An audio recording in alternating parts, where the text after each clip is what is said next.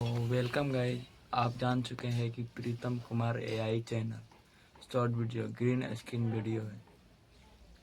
हम अपने वीडियो पे कोई कार्टून एआई ग्रीन स्क्रीन से करते हैं, उस पर आप 1000 सब्सक्राइबर करें। बहुत बहुत धन्यवाद करने के लिए। ठंड में समुद्र के बीच में बहू का ससुराल। गांव का एक साधारण सा घर है। आंगन में खाट बिछी है। दादी रुक्मिणी खाट पर बैठी हैं। पास में सावित्री देवी सब्जी काट रही हैं और मनोहर लाल अखबार पढ़ रहे हैं।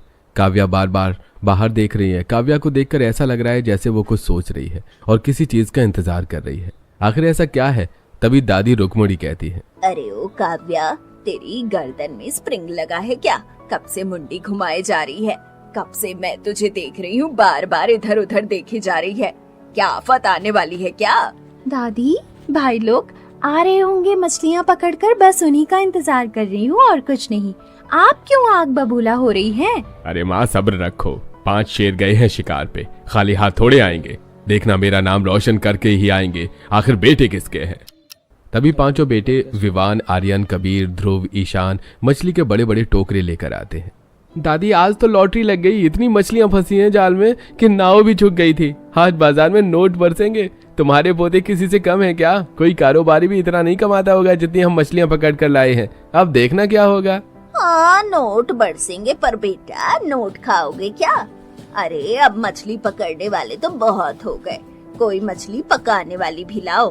कब तक मैं बुढ़िया और तेरी माँ चूल्हे में सिर खपाएंगे? इस चूल्हे के धुएं में आंखें जल जाती हैं।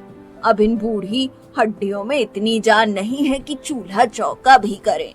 दादी अभी तो हम बच्चे हैं, अभी तो हमारी खेलने कूदने की उम्र है। आप कैसी बातें कर रही हैं? अरे दाढ़ी आ गई मुंह पे और कहता है बच्चा हूँ। चुपचाप शादी कर लो, वरना मैं संन्यास ले लूंगी हिमालय पे जाके और कभी लौट कर नहीं आऊंगी। माँ जी, आप हिमालय जाओगी तो वहाँ की बर्फ पिघल जाएगी आपके गुस्से से। रहने दो, मैं देखती हूँ इनके लिए बहुएं। आप अपना बीपी मत हाई करो। शाम का वक्त है। मछली बाजार में भीड़ है। मनोहर लाल और उनके 5 बेटे अपनी दुकान पर हैं। उनकी मछलियां बहुत ताज़ा और बड़ी हैं। सारे ग्राहक उनसे ही मछलियां खरीद रहे हैं।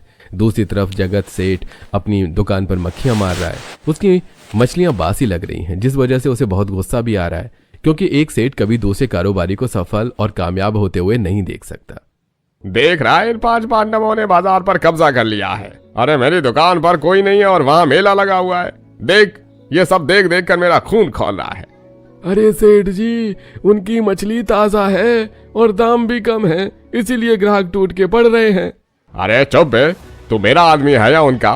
कुछ करना पड़ेगा इनका, वरना मेरा धंधा तो डूब जाएगा और मैं रोड पे आ जाऊंगा। रात का समय है। पूरा परिवार जमीन पर बैठकर खाना खा रहा है। तभी दादी कहती हैं, सुनो रे सब, यमराज का भैंसा कभी भी हॉर्न बजा सकता है मेरे दरवाजे पे। मुझे जाने से पहले अपने घर में 5 लक्ष्मियाँ चाहिए जो मेरे पैर दबाए और मुझे स्वादिष्ट स्वादिष्ट पकवान खिलाए और मुझे पड़पोते पड़पोती का मुंह दिखाए। कब होंगे मेरे नसीब ऐसे? दादी पैर दबाने वाली चाहिए या बहुएं? हम एक मसाजर मशीन ले आते हैं, उससे पैर दबाती रहना। मसाजर तेरे सिर पे मारूंगी। मुझे बहुएं चाहिए, जीती जागती, बोलती चालती, शर्माती झिझकती। और अगर वो ज्यादा बोलती चालती निकली तो बेशरम और बेबाक निकली तो तुम लोग मजाक बंद करो। माँ जी सही कह रही है, घर में रौनक बहुओं से ही आती है।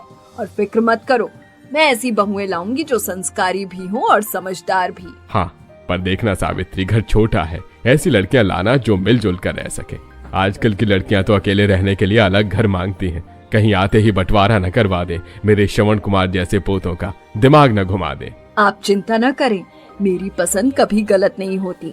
जैसे आपने मुझे पसंद किया था, वैसे ही मैं अपनी बहुओं को पसंद करके लाऊंगी। सावित्री अलग अलग घरों में जाती हैं और 5 लड़कियां इशिका, मायरा, सारा, नयनतारा, जोया को पसंद करती हैं और अपने बेटों की शादी करवा देती हैं। 5 बहू का गृह प्रवेश हो रहा है। घर सजा हुआ है, चारों तरफ बड़ी ही खुशहाली छाई हुई है। तभी हाय भैया, 5 बहुएं एक साथ, और वो भी इतने पिद्दी से घर में। यहाँ तो बिग बॉस वाला ड्रामा होगा रोज। देखना, कल ही चूल्हे अलग हो जाएंगे। 5 तलवारें एक म्यान में कैसे रहेंगी? क्या पता कोई एलिमिनेट भी हो जाए। सुन रही हो, ये आंटियाँ तो हमारी WW की फाइट देखने के लिए टिकट बुक करके बैठी हैं। चिंता मत करो जोया, हम फाइट नहीं टीम वर्क दिखाएंगे। इनका पॉपकॉर्न वेस्ट हो जाएगा। गाइस स्माइल करो और बाकी सब छोड़ दो। मेरी बहुओं अंदर आओ कलश को गिरा कर। पांचों बहू का गृह प्रवेश हो जाता है। सारा परिवार हॉल में जमीन पर चटाई बिछाकर बैठा है। देख रही हो उस फोटो को? वो तुम्हारे दादा ससुर हैं। शेर थे शेर, अकेले ने ही घर खड़ा किया था, एक एक ईंट जोड़कर। लोगों को ये घर छोटा लगता है, लेकिन मुझे ये घर पूरा महल लगता है। मछलियों का व्यापार करते हैं हम। तुम्हारे दादा ससुर भी वही करते थे। आराम से चैन की 2 रोटी खाते हैं। सही कह रही है माँ। हमारा घर छोटा है पर दिल इतना बड़ा है कि पूरा गांव समा जाए। हम साथ खाते हैं, साथ हंसते हैं। और अब तुम पांचों आ गई हो तो घर और भर गया है। बस एक बात का हमेशा याद रखना, हमेशा घर को जोड़ कर रखना, कभी तोड़ना नहीं। दादी, माँ जी आप फिक्र मत कीजिए, हम फेविक्विक का जोड़ है, टूटेंगे नहीं। और अगर किसी ने तोड़ने की कोशिश की तो उसकी हड्डियां तोड़ देंगे। हाँ दादी, हम इस घर को महल नहीं स्वर्ग बनाएंगे। अगली सुबह पांचों बहुओं की पहली रसोई थी। पांचों एक साथ रसोई में खाना बना रही थी। रसोई बहुत छोटी थी लेकिन तब भी एक साथ बातें करते हुए खाना बना रही थी। उफ, ये किचन है या मुंबई की लोकल ट्रेन? सांस लेने की भी जगह नहीं है। जोया, थोड़ा उधर खिसकना। और खिसकूं कहाँ? कढ़ाई में घुस जाऊं क्या? एडजस्ट करो ना थोड़ा। गाइस रिलैक्स, छोटा किचन मतलब कम सफाई। पॉजिटिव सोचो। बात तो सही कही है। समय बीतता है। दोपहर का समय है। मुंह दिखाई की रस्म चल रही है। गांव की औरतें आई हुई हैं। अरे वाह, बहुएं तो चांद का टुकड़ा है सावित्री। पर 5 बर्तन साथ रहेंगे तो खड़केंगे जरूर, कहीं ये तुम्हारे घर के टुकड़े न कर दे। आजकल की लड़कियों को आजादी चाहिए होती है। सही कह रही है।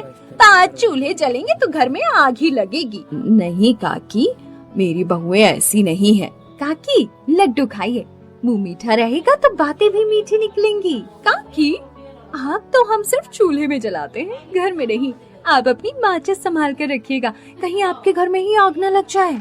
कुछ दिन बीत जाते हैं। जगत सेठ की दुकान बिल्कुल नहीं चल रही थी, इसलिए वो बहुत गुस्से में था। अरे बहुत उड़ रहे हैं ये पांचों पांडव और उनकी रानियां, उनके पर काटने पड़ेंगे। आज रात उनके जालों के बीच गहने और सोना छिपा देना, कल सुबह तमाशा होगा। सुबह का समय है। मनोहर लाल जी के घर के बाहर पुलिस खड़ी है। जगत सेठ पुलिस के साथ खड़ा है। पूरा गांव जमा हो गया है। पूरा परिवार घर से बाहर आ चुका है। अरे इंस्पेक्टर साहब, यही है वो चोर। मैंने इन्हें अपने घर के पास देखा था। ये मेरे घर के जेवर और नकदी ले उड़े हैं। अरे मेरे घर को रातों ही रातों में खाली कर दिया। ये सभी चोर हैं, सभी चोर हैं ये क्या कह रहे हो सेठ जी? हमने कभी हराम का दाना नहीं खाया। अरे इंस्पेक्टर साहब, मुझको पता है इन चोरों ने चोरी किया हुआ है। सामान कहाँ छुपाया है? इनके जो मछली पकड़ने वाले जाल हैं उनमें देखो, उनमें ही छुपाया है इन चोरों ने सारा सामान। झूठ मत बोलो सेठ, हमने चोरी नहीं की। चुप, तलाशी लो इनके जालों की।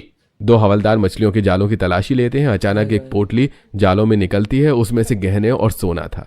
देखा, मैं तो पहले ही कहती थी, जहाँ 5 बहुएं वहाँ विनाश। इन पांचों के लक्षण ठीक नहीं थे। अरे मुझे तो पहले से ही लगता था कि ये लोग चोर हैं। और आप लोग ही सोचिए, 5 बेटों की शादी एक साथ कर दी। इतना पैसा कहाँ से आया उनके पास? जरूर कहीं बड़ा हाथ साफ किया होगा। चोर है, ये पूरा परिवार चोर है। इनके बाप दादा भी चोरी करते होंगे, खून का असर है। रुकिए, ये साजिश है, हमें फंसाया जा रहा है, हम चोर नहीं हैं। अरे अब कहानियां मत बना, सच साफ के सामने है। और सच ये है कि ये पूरा परिवार चोर है।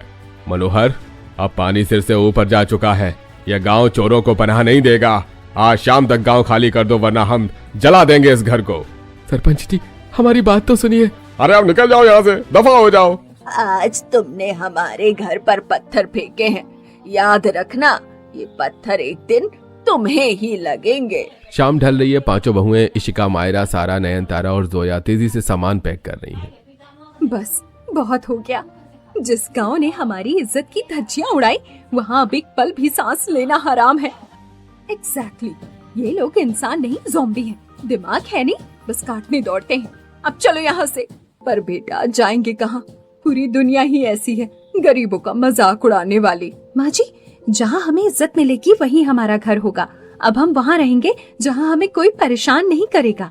पूरा परिवार बैग लेकर घर से निकलता है। वो जंगल के रास्ते पर चल रहे हैं। जंगल में घना कोहरा छाया है। उफ, ये कोहरा है या किसी ने ड्राई आइस का धुआं छोड़ दिया है? कुछ दिख भी नहीं रहा। कहीं हम भूल भुलैया में न खो जाएं। भाभी डराओ मत, मुझे अंधेरे से डर लगता है। डर मत छोरी, जब तेरे साथ ये 5 झांसी की रानियां चल रही हैं, तो डरने की क्या जरूरत पड़ी तो ये भूत को भी चांटा मार देंगी। चलते चलते जंगल खत्म होता है और सामने विशाल समुद्र दिखाई देता है। जमीन खत्म हो गई, आगे बस पानी है। अब हम कहाँ जाएंगे? बाबूजी, हमें बस इन लोगों से, समाज से दूर जाना है। ऐसी जगह जहाँ कोई हमें चोर न कहे, कोई हमें परेशान न करे। एक जगह है, इस समंदर के बीचों बीच एक टापू है। लोग कहते हैं वो भूतिया टापू है, वहाँ कोई नहीं जाता। भूतिया बाबूजी, वहाँ तो आत्माएं होंगी। अरे सारा, इंसानों से बुरी आत्मा कोई नहीं होती। कम से कम भूत पीठ पीछे खंजर तो नहीं घोंपते। सही कहा। और वैसे भी हम 5 बहुएं वहाँ जा रही हैं। भूत तो खुद बोरिया बिस्तर बांधकर भाग जाएंगे। क्यों रे बाप रे, ये ड्रामा कोई ना कहीं। Done, no neighbours no drama. मुझे वो प्राइवेट आइलैंड वाली फीलिंग आ रही है। चलो चलते हैं। लेकिन हम टापू तक जाएंगे कैसे? हम नाव से जाएंगे। हमारी नाव यहीं किनारे लगी है, जिनसे हम समंदर में मछलियां पकड़ने जाते थे। उसी नाव से हम टापू पर जाएंगे। तैयार हो जाओ एक नई जिंदगी शुरू करने के लिए। पूरा परिवार 2 नावों में बैठता है और टापू के लिए रवाना हो जाता है। कुछ देर बाद पूरा परिवार टापू पर पहुंच जाता है। टापू छोटा है पर चांदनी रात में बेहद खूबसूरत लग रहा है। बाबूजी, रात हो गई है, घर तो कल बनेगा। आज क्या करें? आज कहाँ सोएंगे और कैसे सोएंगे? इन नावों को उल्टा कर देते हैं और हम सब इन नावों के नीचे सोएंगे। ये नावें हमारी छत बनेंगी। सब मिलकर नाव को उल्टा करते हैं और पूरा परिवार नाव के नीचे सो जाता है। लेकिन 5 बहुएं जाग रही हैं। उनके हाथ में डंडे हैं। हाय राम, ये रेत है या गद्दे में पत्थर भरे हैं? मेरी कमर तो टूट ही जाएगी सुबह तक। दादी सो जाओ, नहीं तो जानवर आ जाएंगे। यार, मेरा नाइट स्किन केयर रूटीन तो गया पानी में। सुबह मेरा चेहरा पोटैटो जैसा लगेगा। चेहरे की फिक्र छोड़, जान की फिक्र कर। जंगल है, कोई जानवर आ सकता है या कोई हैंडसम भूत। मजाक कर रही हूँ, पर सच में आज लग रहा है कि हम किसी फिल्म की हीरोइन है। जिंदगी नाम मिलेगी दोबारा का सस्ता वर्जन। फिल्म नहीं, ये हकीकत है। अगली सुबह सूरज की रोशनी टापू पर पड़ती है। परिवार जाग चुका है। चलो, जिम का पैसा बच गया। आज असली बॉडी बिल्डिंग होगी। जंगल से बांस और मजबूत लकड़ियाँ लानी है घर बनाने के लिए। अरे चाय तो मिल जाती। चाय घर बनने के बाद मिलेगी। चल काम पे लग। पूरा परिवार काम में जुट जाता है। बेटे भारी लकड़ियां ढो रहे हैं, बहुएं बांस छील रही हैं और रस्सियां बना रही हैं। ओह गॉड, मेरे मैनिक्योर की तो वाट लग गई। पर देखो, मैं बाहुबली लग रही हूँ ना। जय माहिष्मती। अरे मायरा, वो लकड़ी सीधी रख, टेढ़ी दीवार बनाएगी क्या? दादी, आप बस कमेंट्री करो। हम ऐसा घर बनाएंगे कि जो बहुत बड़ा और सुंदर होगा। विवान, ये बांस यहाँ गाड़ो। हमें जमीन से थोड़ा ऊपर घर बनाना होगा ताकि कीड़े मकोड़े ना आए। सब मिलजुल कर काम कर रहे हैं। दोपहर का समय है, सूरज सिर पर चढ़ा हुआ है। लकड़ी का घर तो तैयार हो गया है, लेकिन अब सभी के गले सूख रहे हैं। इसलिए 5 बहुएं इशिका, मायरा, सारा, नयनतारा और जोया जंगल में पानी की तलाश में जाती हैं। ओह गॉड, मुझे लग रहा है मैं डिहाइड्रेशन से यही बेहोश हो जाऊंगी। कोई बिस्लरी की बोतल पिला दो प्लीज। मेरी स्किन का ग्लो जा रहा है यार। मायरा, ये जंगल है, कोई शॉपिंग मॉल नहीं। यहाँ पानी क्रेडिट कार्ड स्वाइप करने से नहीं, ढूंढने से मिलेगा। चल आगे बढ़, नहीं तो प्यास से मर जाएगी। दीदी रुको, वहाँ देखो, पेड़ों के पीछे से धुआं निकल रहा है। पक्का कोई भूत प्रेत वहाँ खिचड़ी पका रहा होगा। चलो भाग चलते हैं, नहीं तो उसकी अगली डिश हम होंगे। चलो पास जाकर देखते हैं। 5 डरते डरते आगे बढ़ती हैं। आगे पहुंचकर उनकी आंखें फटी की फटी रह जाती हैं। सामने पत्थरों के बीच एक छोटी सी नदी बह रही है, जिसमें से हल्का धुआं उठ रहा है। पानी बिल्कुल साफ है। नयनतारा हिम्मत करके पानी में उंगली डालती है। अरे ये तो गर्म है एकदम, गुनगुना। ये हॉट वाटर है, कुदरती गीजर सर्दियों में। इससे बेहतर कुछ नहीं हो सकता। बल्ले बल्ले, जंगल में गीजर मिल गया। अब तो मैं रोज इस गर्म पानी के मजे लूंगी। क्या टेस्ट है। मिनरल वाटर भी फेल है इसके सामने। अगला दिन नदी तो मिल गई थी, पर समस्या ये है कि वो घर से बहुत दूर है। बार बार मटके लेकर जाना बड़ा मुश्किल है। 5 बहुएं, सास सावित्री और नंद काव्या जंगल में खड़ी हैं। इशिका कुछ सोच रही है। हाथ में एक लंबी बांस है। बहुओं, इतनी दूर से पानी ढोते ढोते तो मेरी कमर धनुष बन जाएगी। कुछ उपाय सोचो। माँ जी, उपाय है, हम पानी घर नहीं लाएंगे, पानी खुद चलकर हमारे पास आएगा। कैसे भाभी? इंजीनियरिंग करेंगे। देखो, ये बांस अंदर से खोखले होते हैं, अगर हम इन्हें आपस में जोड़ दें तो एक लंबी पाइपलाइन बन जाएगी। नदी ऊंचाई पर है और हमारा घर ढलान पर, ग्रेविटी अपना काम करेगी। आइडिया सॉलिड है। चलो टीम, काम पे लग जाओ। महिष्मती साम्राज्य की औरतों, उठाओ हथियार और खत्म कर दो दुश्मन को। काम शुरू हो जाता है। ओह, जिम जाने की तो जरूरत ही नहीं बची। ये काम करके मेरे डोले निकल आएंगे, फिर मैं आर्यन जी को पंजा लड़ाने में हरा दूंगी।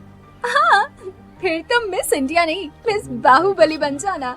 और देखते ही देखते बांसों की एक पाइपलाइन तैयार हो जाती है। वो पाइपलाइन नदी से होते हुए सीधे उनके घर तक आई थी। औरतों ने अपने घर के पास एक गड्ढा भी खोद दिया था और धीमे धीमे पानी पाइपों से उस गड्ढे में गिर रहा था। वारी मेरी शेरनियों, हमारे जमाने में तो हमें कुएं तक जाना होता था, तुमने तो कुआं ही हमारे पास मिला दिया। मान गई तुम सभी को। ये है मेरी बहुओं का कमाल, जहाँ चाह वहाँ राह। वारी मेरी बहुओं, तुमने तो कमाल कर दिया। शहर में लोग गीजर के लिए बिजली का बिल भरते हैं, तुमने तो मुफ्त का गीजर लगा दिया। अब तो मैं रोज नहाऊंगी। भाभी, ये तो मैजिक है। समय बीत जाता है। अब समंदर किनारे एक लकड़ी का घर और उसके बगल में एक छोटा सा तालाब तैयार है। सुबह होते ही पांचों बेटे और ससुर मनोहर लाल अपनी नाव लेकर समंदर में निकल जाते हैं मछलियां पकड़ने के लिए। बहुएं कुल्हाड़ी लेकर जंगल जाती हैं और लकड़ियां काट कर लाती हैं। दोपहर का खाने का समय है। सब लोग गोल घेरे में बैठे हैं, पत्तों पर भुनी हुई मछली खा रहे हैं। यार, अब तो मुझे डकार भी आती है, तो लगता है मुंह से बुलबुले निकलेंगे। हम इंसान हैं या पेंगुइन? रोज मछली मछली मछली। अरे सही कह रहा है भाई, मेरे पेट में मछलियां तैर रही हैं। दाल चावल का सपना देखता हूँ तो आँख खुलने पर रोना आता है। ओ हेलो, नखरे मत दिखाओ, शुक्र मनाओ कि ये मिल रहा है, वरना जंगल में हवा खाकर रहना पड़ता। रुको रुको, आज शेफ मायरा और टीम ने कुछ स्पेशल ढूंढा है जंगल में। मायरा कुछ फल और कंदमूल लेकर आती है। हमने जंगल का कोना कोना छान मारा, तब जाकर ये जंगली शकरकंद और कुछ फल मिले हैं। आज मछली के साथ साइड डिश भी है। अरे राम, क्या स्वाद है। गांव में तो हम तेल मसाले ठूस ठूस कर मछली का सत्यानाश कर देते थे। असली स्वाद तो इसमें है, मेहनत का और इस आग का। मजा आ गया। सच कह रही है माँ, आज लग रहा है कि पेट भी भरा है और मन भी। जब पूरा परिवार साथ हो तो सूखी रोटी भी 56 भोग लगती है। ये बहुएं न होती तो हम मर्दों का तो राम नाम सत्य हो जाता। ये घर चला रही है, हम तो बस पेट भर रहे हैं। और सुन लो लड़कों, कल लकड़ी काटने की बारी तुम्हारी है। मेरी बहुएं क्या रोबोट है? आज उनके हाथ छिल गए हैं काम करते करते। अब कल तुम लोग करोगे और मेरी बहू आराम करेगी। सॉरी इशिका, कल से पक्का हम जाएंगे, तुम लोग रेस्ट करना। रेस्ट? यहाँ रेस्ट नहीं, बेस्ट करना है। हम साथ हैं तो सब आसान है। इनके पास बैठने के लिए टेबल कुर्सी और ओढ़ने के लिए रजाइयां नहीं थी और ना ही बर्तन थे, इसलिए पांचों बहुओं ने यह सब तैयार करने का फैसला किया। कुछ सारा ने मिट्टी से बर्तन तैयार किए और बाकी बहू ने टेबल कुर्सी और घास इकट्ठा करके गद्दे और रजाइयां बनाई। मिट्टी भी इंसान जैसी होती है, प्यार से हाथ फेरो तो रूप ले लेती है और जोर दिखाओ तो बिखर जाती है। देखो, हमारे नए बर्तन तैयार है। और ये देखो, हमारा जंगल वाला गद्दा तैयार है। स्प्रिंग वाला तो नहीं है, पर घास की खुशबू फ्री है। तो अब हमारे पास रजाई, गद्दे, पलंग, कुर्सियाँ और मिट्टी के बर्तन सब कुछ है। हमने कर दिखाया। अब हमें यहाँ रहने में कोई दिक्कत नहीं होगी। हम यहाँ आराम से रह पाएंगे। रात का समय है। घर के बाहर बड़ा सा अलाव जल रहा है। पूरा परिवार गोल घेरे में बैठा भुनी हुई मछलियां खा रहा है और हंसी मजाक चल रही है। वैसे आज मछलियाँ कुछ ज्यादा ही टेस्टी हैं। लगता है मछली ने भी सोच लिया था कि जोया के पेट में जाना है तो टेस्टी बनकर ही जाऊंगी। तभी उनके सामने एक खतरनाक भेड़िया आ जाता है। सभी बहुत डर जाते हैं। अरे हिलो मत, भेड़िया है। भाला कहाँ है? अरे यार, मैंने अभी यहीं रखा था, अंधेरे में कुछ नहीं मिल रहा है। भैया, वो हमला करने वाला है, कुछ करो। भेड़िया आगे बढ़ता है, तभी पांचों बहुएं अपनी जगह से उठती हैं। एक चल, पीछे हट। पांचों बहुएं एक साथ अलाव से जलती हुई लकड़ियां उठा लेती हैं। ओह मिस्टर वुल्फ, ये कोई डिस्कवरी चैनल नहीं है। निकल यहाँ से, वरना ऐसा मेकअप करूंगी कि जंगल में मुंह दिखाने लायक नहीं रहेगा। भेड़िया डर के भाग जाता है। हाय राम, मेरी तो जान ही निकल गई थी। मैं मान गई तुम शेरनियों को। तुम लोगों ने तो यमराज के भैंसे को भी डरा कर भगा दिया। आज तुमने साबित कर दिया कि घर की इज्जत ही नहीं, जान भी तुम ही बचा सकती हो। अगले दिन बहुओं ने घर के चारों तरफ कांटेदार झाड़ियां लगा दी जिससे कोई जानवर न आ सके। समय बीतता है और धीमे धीमे पूरा परिवार वहां सेटल हो चुका था। उनका घर बन चुका था। उन्होंने घर के सामने एक गार्डन भी तैयार कर लिया था। कभी सोचा नहीं था कि जंगल में हम अपना गार्डन बनाएंगे। देखो ये लाल फूल कितने प्यारे लग रहे हैं। सावित्री, गांव में पक्के मकान में रहकर भी सुकून नहीं था, लेकिन यहाँ आकर बहुत सुकून मिला है। यहाँ कोई ताने मारने वाला नहीं है, कोई नीचा दिखाने वाला नहीं है। सच कहा आपने। रात का समय था। पूरा परिवार घर के बाहर अलाव जलाकर बैठा था। तभी उनको कुछ लोगों की आवाज आती है। सुना तुमने? पक्का कोई जल परी है या फिर पायरेट्स ऑफ द कैरिबियन का भूत है। मुझे तो अभी से हनुमान चालीसा याद आने लगी है। चुप कर ड्रामा क्वीन, ये इंसानों की आवाज है। लगता है कोई मुसीबत में है। पांचों बेटे और बहुएं मशालें लेकर किनारे की तरफ दौड़ते हैं। वहां एक टूटी नाव के पास एक आदमी, एक औरत और एक बच्चा है। सभी घायल हालत में हैं। पूरा परिवार उनको बचा कर लाता है। थोड़ी देर बाद आदमी को होश आता है। अरे हम कहाँ हैं? आप लोग कौन हैं? डरो मत भैया, तुम सुरक्षित हो। ये हमारा घर है। अरे हम, घर तो हमारा भी था, लेकिन साहूकार ने सब छीन लिया। मेरा नाम रघुनाथ है। मैंने अपने गांव के साहूकार से कर्ज लिया था। कर्ज नहीं चुका पाए तो उसने गुंडे भेजकर हमें रात को ही नाव में बिठाकर समंदर में धकेल दिया। कहा जाओ, अब लहरों में अपना घर ढूंढो। हम कई दिनों से भूखे प्यासे भटक रहे थे। दुख की भाषा भी एक ही होती है बेटा। जो तुम्हारे साथ हुआ वही हमारे साथ भी हुआ था। अब रोना बंद कीजिए। किस्मत ने आपको यहाँ पहुँचाया है। यहाँ कोई साहूकार नहीं है। यहाँ कोई आपको परेशान नहीं करेगा। आप लोग कहीं नहीं जाएंगे, यहीं रहिए हमारे साथ। हमने जिंदगी जीना सीख लिया है, आपको भी सिखा देंगे। अगले कुछ दिनों तक पांचों बेटों और बहुओं ने फिर से काम किया और एक और बड़ा घर तैयार कर लिया। रघुनाथ का परिवार उस घर में रहने लगा। देख रहे हो, अपनों ने घर से निकाला तो गैरों ने अपना बना लिया। इसे कहते हैं भगवान का इंसाफ। दोपहर का समय परिवार अपने घरों के बाहर बैठा है। तभी उन्हें कुछ लोगों की आवाज सुनाई देती है। सभी दौड़कर समुद्र किनारे जाते हैं। बाबूजी, ये कोई और नहीं, ये वही जगत सेठ है और साथ में वो सरपंच, वो भी है। वही लोग जिन्होंने हमें बर्बाद किया था। डूबने दो, ये कर्मों का फल है। जैसा बोया वैसा काट रहे हैं। आज समुद्र उनसे हमारा बदला ले रहा है। हाँ, दिल तो यही कहता है कि मुंह फेर लें, पर क्या हम भी उनकी तरह पत्थर दिल बन जाएं? जाओ बेटो, बचाओ उन्हें। हम किसी को अपनी आंखों के सामने मरता नहीं छोड़ सकते, चाहे फिर वो हमारा दुश्मन ही क्यों ना हो। चलो भाई, विलन को बचाते हैं, वरना पिक्चर का क्लाइमेक्स खराब हो जाएगा। पांचों बेटे और बहुएं मिलकर उन सभी को बचाते हैं। अरे मनोहर भाई, तुमने मुझे बचाया। मैंने तो तुम्हें। हाँ, तूने हमें मिटाने की कोशिश की थी, पर देख जगत, हम मिटे नहीं और निखर गए।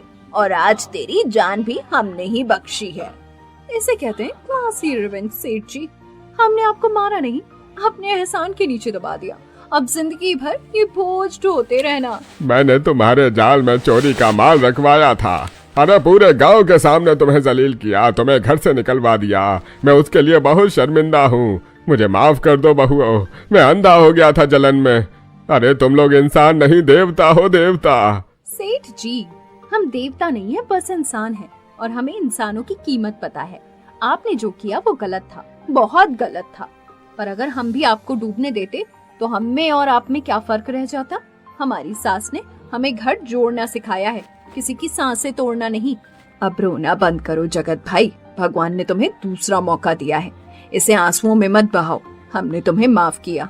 मनोहर भाई, भाभी जी, चलो अब गांव वापस चलो। तुम्हारा गांव तुम्हारा इंतजार कर रहा है। मैं पंचायत बुलाकर सबके सामने माफी मांगूंगा। तुम्हें तुम्हारा पुराना घर, इज्जत सब वापस मिलेगा। चलो हमारे साथ। ना भाई ना, अब वो गालियाँ हमें नहीं भाती। वहाँ लोगों की जुबान कड़वी है और दिल छोटे। यहाँ देख, यहाँ समंदर है और अब हमारे पास एक नया परिवार भी। हमें वहाँ नहीं जाना अब, तो हमने यहीं जीना सीख लिया है और मरते दम तक यहीं रहेंगे। और सेठ जी, वहाँ वापस आकर क्या करेंगे? फिर वही ट्रैफिक, वही चिक चिक और वही लोग क्या कहेंगे वाला ड्रामा। नो वे, यहाँ देखो, हमारा प्राइवेट बीच है ऑर्गेनिक खाना है और नो टेंशन। ये हमारा स्वर्ग है, हम इसे छोड़कर उस नरक में वापस नहीं जाएंगे। हाँ काका, अब हम यहाँ से नहीं जाने वाले। सेठ जी, इज्जत मांगने से नहीं मिलती, कमानी पड़ती है।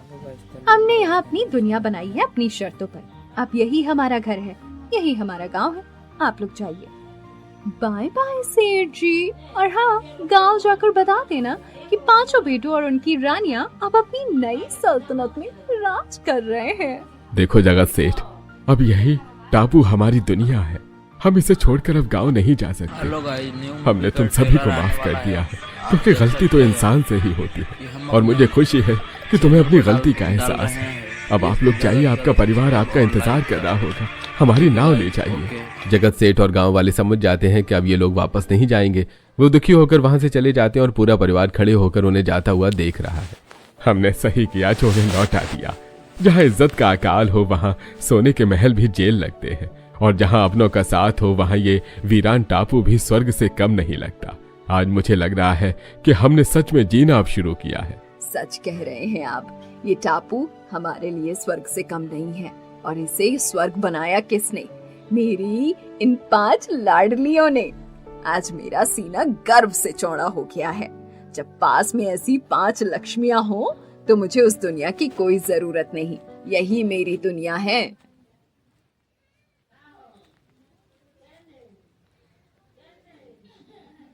गरीब बहू का लकड़ी की नाव में ससुराल। आज तो मैं बहुत खुश हूँ। बस कुछ दिन और फिर मेरी छोटी बहू भी घर आ जाएगी और हमारा परिवार पूरा हो जाएगा।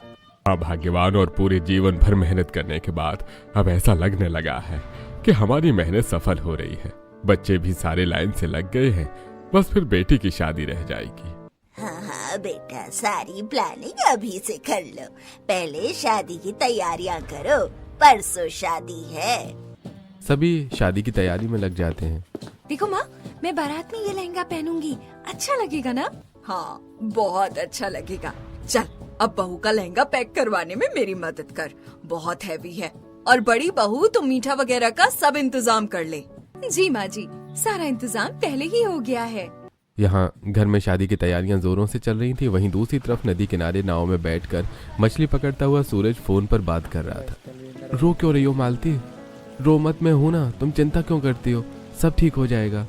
अब क्या ठीक होगा? परसों तुम्हारी शादी है और मेरी बर्बादी। मैं तो शादी करना भी नहीं चाहता, मेरे घर वाले पीछे पड़े हुए हैं। तो हमारा प्यार भूल गए तुम? नहीं मालती, ऐसा नहीं है। मैं एक और बार माँ पापा से बात करता हूँ। अगर आज भी नहीं माने तो मुझे क्या करना है मुझे अच्छे से पता है। जिसके बाद सूरज साहस के साथ घर आता है। क्या हुआ बेटा, इतनी जल्दी आ गया? कोई बात है क्या? पापा, मैं ये शादी नहीं करूँगा। मैं शादी करूँगा तो सिर्फ और सिर्फ मेरी मालती से। ये वही लड़की है ना जिससे तू पहले शादी करने की जिद कर रहा था? हाँ जी, ये वही गरीब गडेरिया की बेटी है। मैं ऐसे गरीब और नीचे खानदान में तेरी शादी नहीं करवाऊंगी सूरज, मैं बता दे रही हूँ। मैं शादी करूँगा तो मेरी मालती से।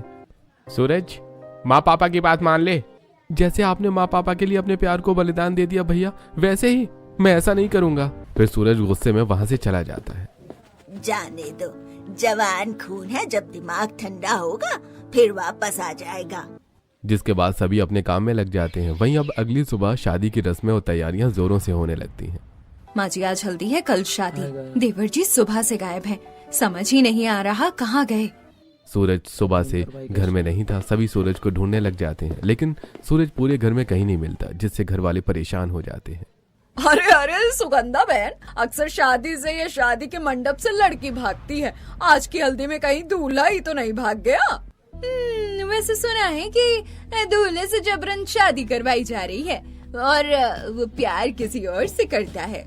आज 50 की हो रही हूँ, फिर भी मेरा मानना है कि शादी उससे ही करो जिससे प्यार हो, वरना फालतू में अपनी जिद के लिए किसी की जिंदगी खराब करके कोई मतलब नहीं है। सुगंधा के परिवार पर लोगों के ताने और समझाने दोनों का कोई असर नहीं होता। उन्हें तो बस ये था कि उनके घर कोई अमीर की लड़की आए, गरीब की नहीं। वहीं 3-4 घंटे बीत जाते हैं और जब सूरज नहीं मिलता तो घर वाले परेशान हो जाते हैं। तभी सूरज मालती के साथ गले में वरमाला डाले शादी के कपड़ों में वहां आता है। ये देखकर घर, मेहमान, गली मोहल्ले वाले सभी हैरान हो जाते हैं। सूरज, ये तूने क्या किया? कल तेरी शादी है और तू आज ये क्या कर रहा है? माँ, मेरी शादी अब हो गई है और अब यही मेरी बहू है, इसे स्वीकार करो। ये गरीब की लड़की मेरी बहू? ना ना, कभी नहीं। इसकी तो शक्ल भी देखने का मन नहीं करता और इसे मैं बहू बनाऊंगी। बहन, अब शादी हो गई है, बहू को चुपचाप घर में रख लो। जग हंसाई करके कोई फायदा नहीं है। सुगंधा काकी, पारुल चाची सही कह रही हैं। वैसे भी आपने लोगों के बेटे बेटियों की शादी में इतने पोल खोले हैं कि पूरा मोहल्ला राजी है आपके घर में चल रहे हंगामे की मूवी बनाने के लिए। जिसके बाद सुगंधा मालती को चुपचाप घर में ले आती है। मैं तुझे घर में ले तो आई हूँ, लेकिन कभी यहाँ खुद को सबसे ऊपर समझने की कोशिश मत करना। हमारे लिए तू एक नौकरानी से ज्यादा कुछ नहीं है। माँ जी ऐसे बात मत करो मालती से। बड़ी बहू, तू दूर रहे ये सब मामले से। जिसके बाद काजल वहां से चली जाती है। वहीं गायत्री और सुगंधा पहले ही मालती को बहुत ज्यादा डरा धमका देती हैं। मालती सूरज से शादी करके उसके घर की बहू बनकर आ तो गई थी, लेकिन शादी के दिन से ही कोई मालती को बहू की तरह ट्रीट नहीं करता। सब उसे नौकरानी से ज्यादा कुछ नहीं समझते हैं। आज मेरी पहली रसोई है, आज मैं सभी के लिए कुछ बढ़िया सा बनाऊंगी। देवरानी जी, क्या बना रही हो? दीदी, सबकी पसंद बता दो, आज मैं सभी के पसंद का खाना बनाऊंगी। मेरी पहली रसोई है ना, और वैसे भी अगर खाना अच्छा बने ना तो घर वालों के घर में धीरे धीरे जगह बन ही जाती है। रसोई के बाहर खड़ी सुगंधा सारी बातें सुन लेती है। मैं भी तो देखूं कैसे बनाएगी ये हमारे दिल में जगह। मालती रसोई में बड़ी खुशी से सबके पसंद का खाना बनाती है और टेबल पर लगाती है। अरे आज तो बहुत ही बढ़िया खाने की खुशबू आ रही है। क्या बना है खाने में?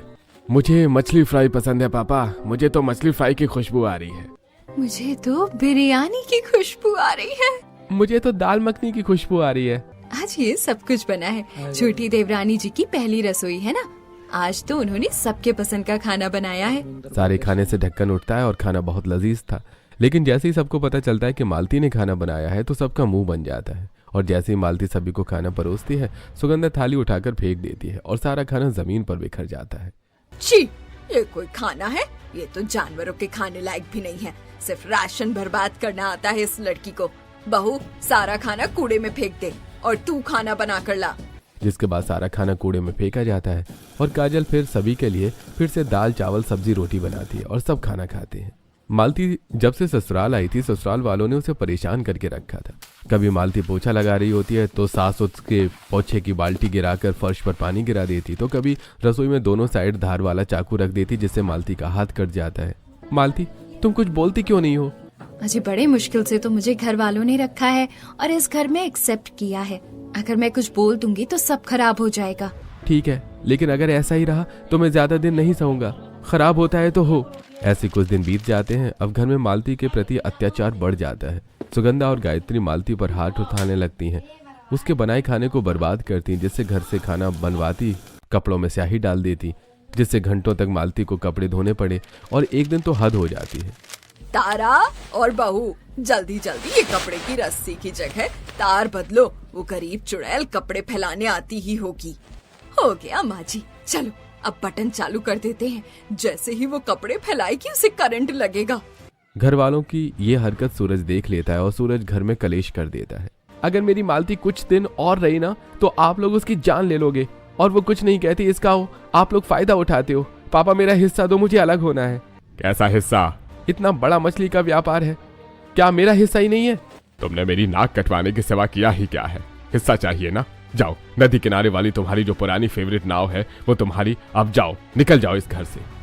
मालती और सूरज अपने हिस्से में एक नाव लेकर घर से अलग हो जाते हैं और सूरज मालती को नदी के किनारे लेके जाता है। ये क्या जी, ये नाव तो टूटी हुई है, इसमें तो बहुत बड़ा छेद है। हम कैसे रहेंगे यहाँ? और ठंड भी यहाँ बहुत ज्यादा है। तुम टेंशन मत लो मालती, मैं इसे बना लूंगा। हमारे पास वैसे भी इस नाव के सिवा कुछ नहीं है। चलो, मैं मदद करती हूँ आपको इस नाव को बनाने में। जिसके बाद सूरज और मालती दोनों नदी किनारे बंधी नाव को बाहर ला के पलटी मारते हैं और मालती सूरज की मदद करती है। नाव को बनाने में सूरज और मालती जंगल से लकड़ी लेके आते हैं और सूरज लकड़ी को समतल बनाता है, जिसके बाद वो नाव के छेद वाले हिस्से पर लगाता है। ये लो जी, मैं 2 टायर लेके आई हूँ।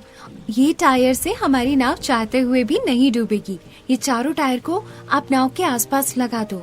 फिर सूरज ऐसा ही करता है और उसकी नाव एकदम टकाटक हो जाती है। जिसके बाद मालती जंगल से बांस काट कर लाके नाव के चारों कोनों में लगाती है।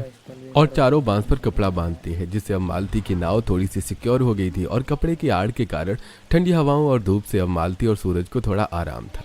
अच्छा हुआ तुमने कपड़ा बांध दिया, वरना ये ठंडी और धूप दोनों से परेशान हो जाते हम।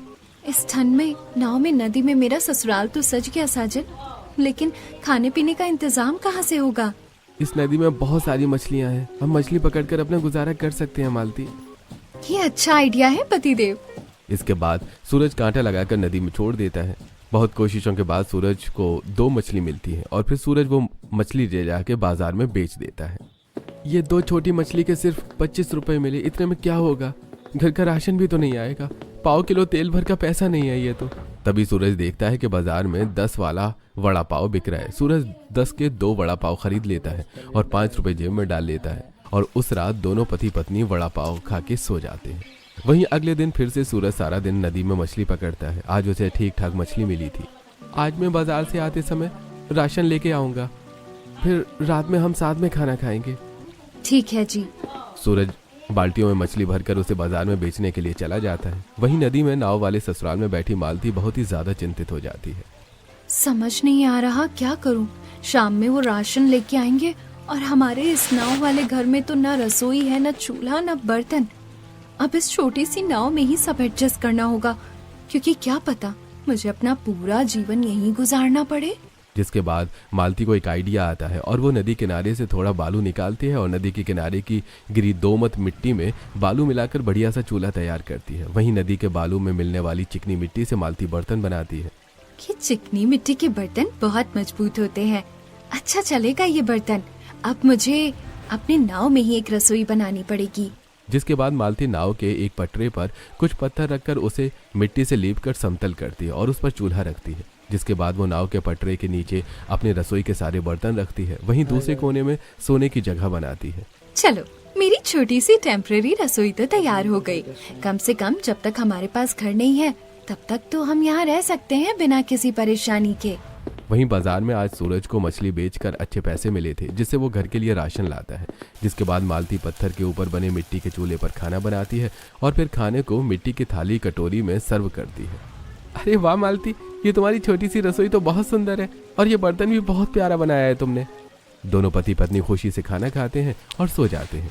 एक तो ठंड का मौसम था, ऊपर से पानी में नाव पर सोने के कारण ठंड और ज्यादा बढ़ गई थी, जिससे रात भर दोनों पति पत्नी ठंड से सिकुड़ जाते हैं। अरे रात में तो हद से ज्यादा ठंडी थी मालती। हाँ जी, लेकिन सुकून भी था। ससुराल के गरम हीटर में सोने पर इतना सुकून कभी नहीं मिला जितना यहाँ नदी के बीच में ठंड में सोने पर सुकून मिला। कुछ दिन तक सूरज और मालती उसी छोटी नाव में गुजारा करते हैं। ठंड, बारिश, धूप सब कुछ सहते हुए भी दोनों के चेहरे पर सुकून था, क्योंकि पहली बार जिंदगी अपने फैसले से जी जा रही थी। सुबह होते ही सूरज मछली पकड़ने निकल जाता है और मालती नाव में ही छोटी सी रसोई संभालती है, जाल सुखाती, बाल्टियां साफ करती और शाम को सूरज का इंतजार करती। भगवान बस इतना साथ देना कि मेहनत बेकार न जाए। यही छोटी नाव ही हमारा घर है अभी। अरे मालती, आज नहीं तो कल हालात जरूर बदलेंगे। मेहनत कभी धोखा नहीं देती। कुछ दिन ऐसे ही बीतते हैं। सूरज अब कांटे से नहीं बल्कि हाथ से जाल डालकर मछली पकड़ने की कोशिश करता है, लेकिन छोटा जाल होने की वजह से ज्यादा मछली नहीं मिल पाती। अगर एक बड़ा जाल होता तो एक बार में ढेर सारी मछली पकड़ पाता। धीरे धीरे करेंगे जी, आज नहीं तो कल बड़ा जाल भी आ जाएगा। एक दिन नदी के किनारे काम करते हुए मालती को पानी के अंदर कुछ चमकता हुआ दिखता है। वो झुककर देखती है तो कुछ सीप पड़े होते हैं। अरे ये क्या है? सीप? मालती सीप को उठाकर नाव में ले आती है और पत्थर से धीरे धीरे खोलती है। जैसे ही सीप खुलता है, अंदर से एक छोटा सा मोती निकलता है। अरे बाप रे, ये तो मोती है। अरे सच में? दिखाओ जरा। देखिए जी, भगवान ने हमारे लिए रास्ता खोल दिया। मालती अगले कुछ दिनों तक नदी में सीप ढूंढने लगती है। हर दिन उसे 2-4 सीप मिल जाते हैं और उनमें से एक आध मोती भी निकल आता है। मालती उन मोतियों को कपड़े में बांधकर संभाल कर रख लेती है। तुम तो छुपा हुआ खजाना ढूंढ लाई मालती। अभी खजाना नहीं बनाया जी, पहले इन्हें कुछ रूप देना होगा। मालती मोतियों को साफ करती है, धागे में पिरोती है और धीरे धीरे एक सुंदर सा हार और एक अंगूठी बना लेती है। उसकी मेहनत और हुनर साफ झलकता है। देखिए जी कैसा बना है। बहुत सुंदर, बाजार में लोग इसे जरूर पसंद करेंगे। अगले दिन सूरज मछली पकड़कर बाल्टियों में भरता है और मालती के साथ बाजार जाता है। आज सूरज जिंदा मछली बेच रहा था, जिससे लोग ज्यादा पैसे देने को तैयार थे। अरे ये मछली तो बहुत ताजा है। इतनी जिंदा मछली कहाँ से लाई हो? अरे नदी की है साहब, एकदम ताजी। मछली बिक रही होती है तभी कुछ महिलाओं की नजर मालती के गले की हार और हाथ की अंगूठी पर पड़ती है। बहन, ये हार कहाँ से लिया? मैंने खुद बनाया है। बेचोगी क्या? देखते ही देखते वहाँ भीड़ लग जाती है। लोग मोतियों के हार और अंगूठी को देखने लगते हैं। जो दाम बोलो, मैं लेने को तैयार हूँ। ये मैंने पहली बार बनाया है। जितना सही लगे उतना बोल दो। मालती एक दाम बताती है जो उसने कभी सोचा भी नहीं था, लेकिन लोग बिना मोल भाव के देने को तैयार हो जाते हैं। सच में आप 50,000 देंगे? मेहनत और कला की कीमत होती है बहन। उस दिन सूरज और मालती पहली बार अच्छी कमाई करके घर लौटते हैं। अरे आज तो किस्मत ही बदल गई मालती। ये सब आपकी मेहनत का फल है जी। कुछ ही दिनों में सूरज एक बड़ा मछली पकड़ने का जाल खरीद लेता है और अब रोज ढेर सारी मछली पकड़ता और जिंदा मछली बेचने लगता है। देखो मालती, अब एक बार में कितनी मछली आ रही है। भगवान का लाख लाख शुक्र है। मालती भी अब नियमित रूप से मोतियों के गहने बनाने लगती है। बाजार में उसकी पहचान बनने लगती है। लोग दूर दूर से उसके बनाए गहने खरीदने आने लगते हैं। ऐसा काम शहर में भी नहीं मिलता। धीरे धीरे पैसे जमा होने लगते हैं। एक दिन सूरज को पता चलता है कि उसका पुराना दोस्त एक बड़ी नाव बेच रहा है। मालती, अगर वो नाव ले ले तो रहने की परेशानी खत्म हो जाएगी।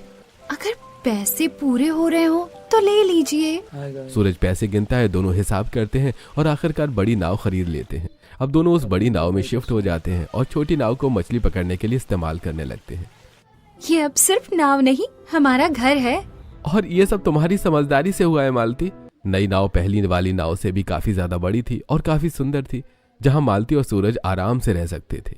आज पहली बार दिल को चैन मिला है। ये तो बस शुरुआत है।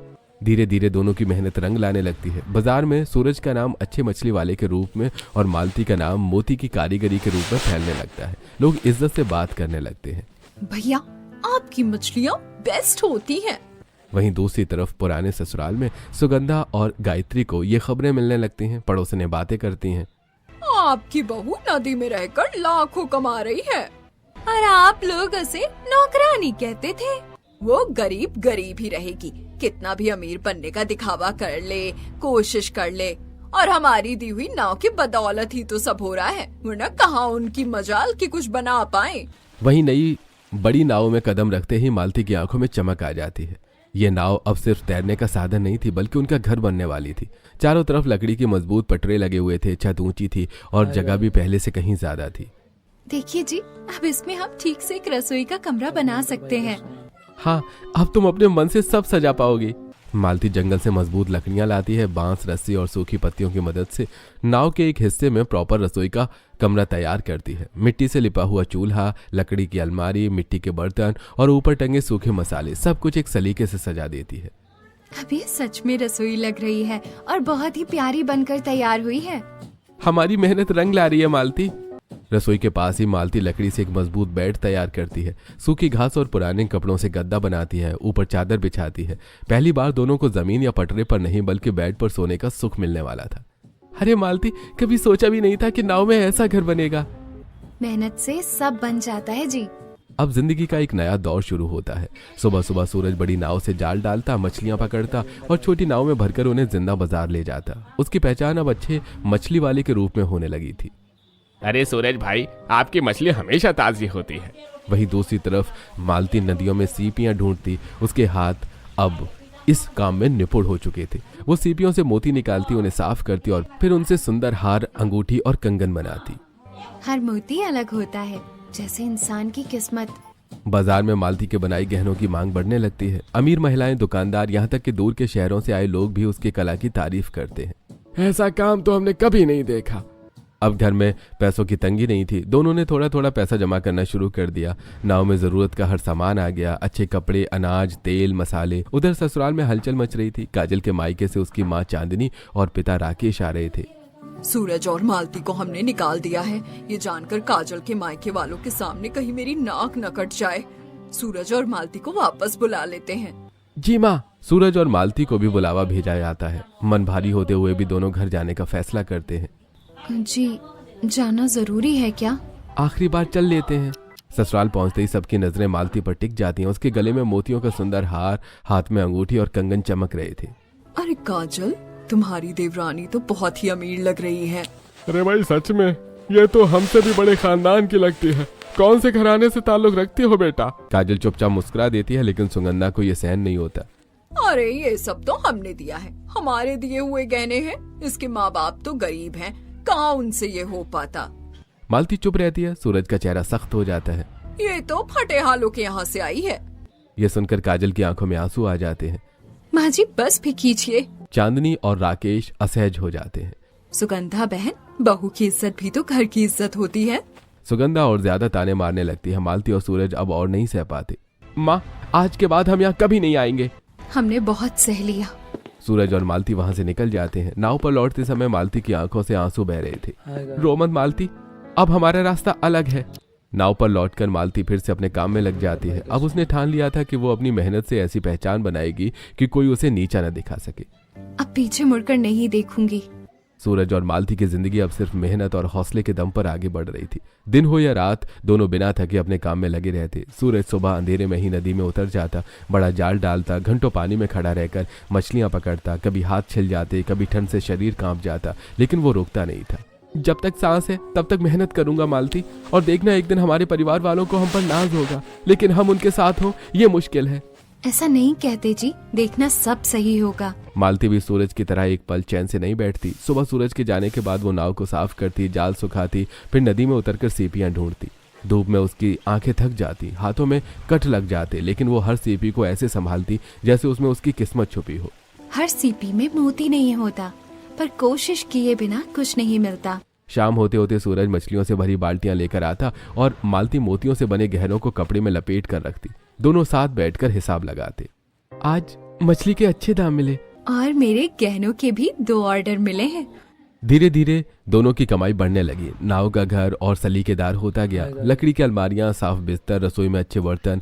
अब मालती और सूरज के घर में किसी भी चीज की कमी नहीं थी। उधर दूसरी तरफ भावेश का मछलियों का कारोबार अब भी बड़े पैमाने पर चल रहा था। लेकिन अचानक एक दिन सरकारी अधिकारियों की टीम अचानक भावेश के गोदाम और नावों पर जांच के लिए पहुंचती है। हमें सूचना मिली है कि मछलियों के कारोबार की आड़ में ये इलीगल काम हो रहा है। अरे साहब, ये सब झूठ है। हम तो सिर्फ मछली का एक्सपोर्ट करते हैं, यहाँ कुछ भी अवैध नहीं है। वो तो हम देख लेंगे।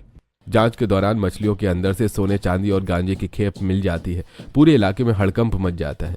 ये बहुत बड़ा जुर्म है। अब देखो आपके साथ क्या होता है। देखते ही देखते भावेश का घर, गोदाम और सारा कारोबार सील कर दिया जाता है। पुलिस नीरज को भी पूछताछ के लिए ले जाती है। सुगंधा और गायत्री सड़क पर आ जाती है। ये क्या हो गया हमारे साथ? सब कुछ लुट गया। मोहल्ले वाले वही लोग जो कभी ताने मारते थे, अब दूर खड़े तमाशा देख रहे थे। अहंकार का फल है ये। अगर सूरज मालती आज साथ होते तो ऐसा न होता। भावेश और उसका पूरा परिवार अब सड़क पर खड़ा था, सिर झुका हुआ, हाथ खाली। उसी समय किसी ने सूरज और मालती को ये खबर दी। जी आपने सुना, पापा जी का सब कुछ सील हो गया। चाहे उन्होंने हमारे साथ कैसा भी किया हो, है तो वे मेरे माता पिता ही। बिना देर किए सूरज और मालती भावेश और सुगंधा के पास जाते हैं और उन्हें अपने साथ लेकर बड़ी नाव में आते हैं। जब भावेश, सुगंधा, गायत्री और नीरज, तारा बड़ी नाव के पास पहुंचते हैं और सूरज मालती का नाव वाला घर देखते हैं तो सबकी आंखें खुली की खुली रह जाती है। अरे ये सब तुमने बनाया है? ये वही बहू है जिसे हमने नौकरानी समझा था और इसी को हम मारना चाहते थे। आज इसी बहू के बदौलत हमें रहने के लिए छत मिल रही है। बड़ी नाव में पक्की रसोई, लकड़ी का बेडरूम, साफ सुथरा आंगन, सब कुछ देखकर सब हैरान हो जाते हैं। आइए आप लोग, आप यहीं रहेंगे। बहू, हमने तुम्हारे साथ बहुत बुरा किया। बीती बातों को छोड़ दीजिए माँ जी। सूरज अपने पिता और भाई को सहारा देता है और उन्हें नाव पर ले आता है। पहली बार भावेश को अपने बेटे और बहू की असली कीमत समझ आती है। बेटा मुझे माफ कर देना। अरे अभी माफी नहीं पापा, पहले सच्चाई सामने लानी होगी। सूरज ठान लेता है कि वो अपने पिता और भाई को निर्दोष साबित करेगा। वो एक अच्छे वकील से मिलता है, केस लड़ने का फैसला करता है। देखिए, मामला गहरा है, लेकिन अगर ये साजिश है तो सच सामने आएगा। कई दिनों तक कोर्ट में सुनवाई चलती है। सूरज सबूत इकट्ठा करता है, पुराने रिकॉर्ड निकलवाता है। धीरे धीरे ये साफ होने लगता है कि मछलियों के कारोबार में तस्करी किसी और ने की थी। असली साजिशकर्ता जो भावेश के कारोबार से जलते थे, उन्होंने ये सब फंसाने के लिए किया था। आरोप झूठे साबित होते हैं, असली दोषियों को गिरफ्तार किया जाए। असली गुनहगार जेल चले जाते हैं। भावेश और नीरज को निर्दोष घोषित कर दिया जाता है। भगवान ने इज्जत लौटा दी। भावेश का घर और कारोबार उसे वापस मिल जाता है। बेटा, ये सब तुम्हारी वजह से हुआ है। नहीं पापा, सही के साथ कभी गलत नहीं होता। अब सूरज और मालती अपनी कमाई से बाजार में एक बड़ी मछली की दुकान और एक गहनों की दुकान खोलते हैं। दुकान पर नाम चमकता है सूरज फिश एंड मालती ज्वेल्स। अरे भाई, यहाँ सब कुछ शुद्ध और सच्चा मिलता है। नदी में भी सूरज और मालती एक और बड़ी नाव खरीद लेते हैं, जो अब उनका स्थायी घर बन जाती है, बड़ी मजबूत और सुरक्षित, जो कि देखने में भी बहुत सुंदर होती है। अब यही हमारी दुनिया है। भाविश, सुगंधा और बाकी परिवार फिर से अपने पुराने घर में लौट जाते हैं। रिश्तों में अब पहले जैसा जहर नहीं था। काश पहले ही तुम्हें समझ लिया होता। सूरज और मालती कभी कभी ससुराल जाते हैं सम्मान के साथ, लेकिन उनका असली संसार अब नदी और उसकी नाव थी। मेहनत, प्यार और आत्मसम्मान से बना ये नाव वाला ससुराल अब खुशियों से भरा था। अब सूरज मालती साथ में खुशी से रहते हैं और कमाते हैं, वहीं परिवार से भी कभी कभार मिलने जाते हैं।